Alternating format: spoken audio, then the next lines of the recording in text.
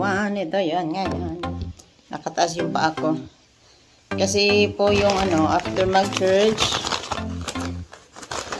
bumili akong tinapay. Ito yung aking tanghalian ngayon.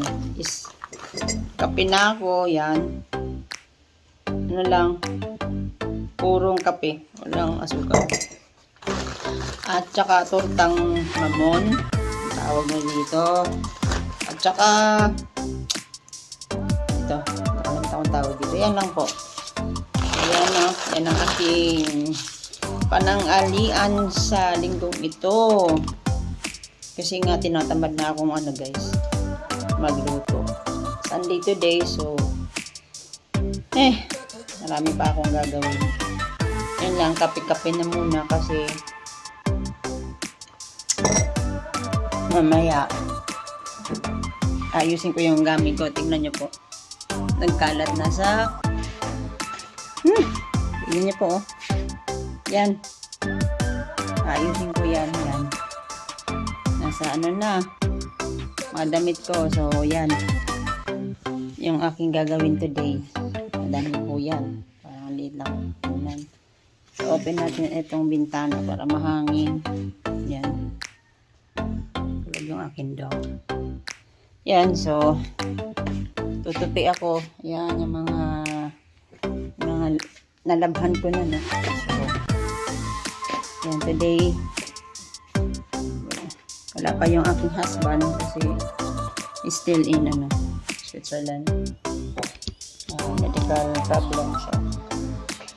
I know God will do some miracles. Kaya ayan. Yan na guys. Bilang may mga asawang puti. Tulad namin kasama na sila Habibi, sila Jessa. Hindi po madali ang aming mga pinagdadaanan kasi marami kaming mga bagay na culture adjustment guys. Yan. Hindi po basta-basta. Naunawaan ko po sila at naiintindihan ko po sila ng mas malalim pa Kaya yung mga kaibigan ko na may mga puti, kami rin yung mga nagdadamayan kasi alam namin yung aming sitwasyon. So hindi po lahat is mayaman na mapera. Binigyan na ng chance na magkaroon ng shelter, ng pagkakataon na hindi namin naranasan noon. Yun po yun. At saka hindi lang naman po yan, nagsisikap din po kami magkaroon ng mga hanap buhay. Kanya-kanya po tayong diskarte. Kanya-kanya po kami yung diskarte guys. So yun. Ito yung isa sa mga ginagawa ko now. Mag-vlog guys. Sana supportahan niyo rin ako.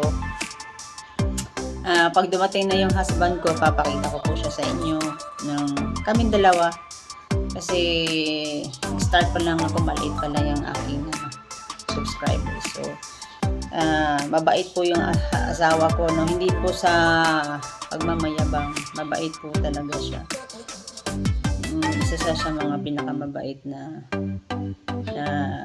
foreigner na kakilala ko, especially my husband.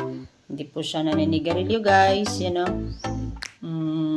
umiinom man siya isang bottle lang ng 330 ml, that's it, finish na po. Yun, so nabait po siya, hardworking guy, hindi po mapili sa pagkain. Yung pala, yung mga hindi po niya kinakain sa atin ng mga pagkain guys, yung yung pulo ng manok, yung bituka ng manok, yung mga exotic food sa sa mga barbecue na like mga isaw, yung mga alam niyo pong ibig kong sabihin, yan po. Yun yung po hindi niya makinakain, mga tuyo, yung mga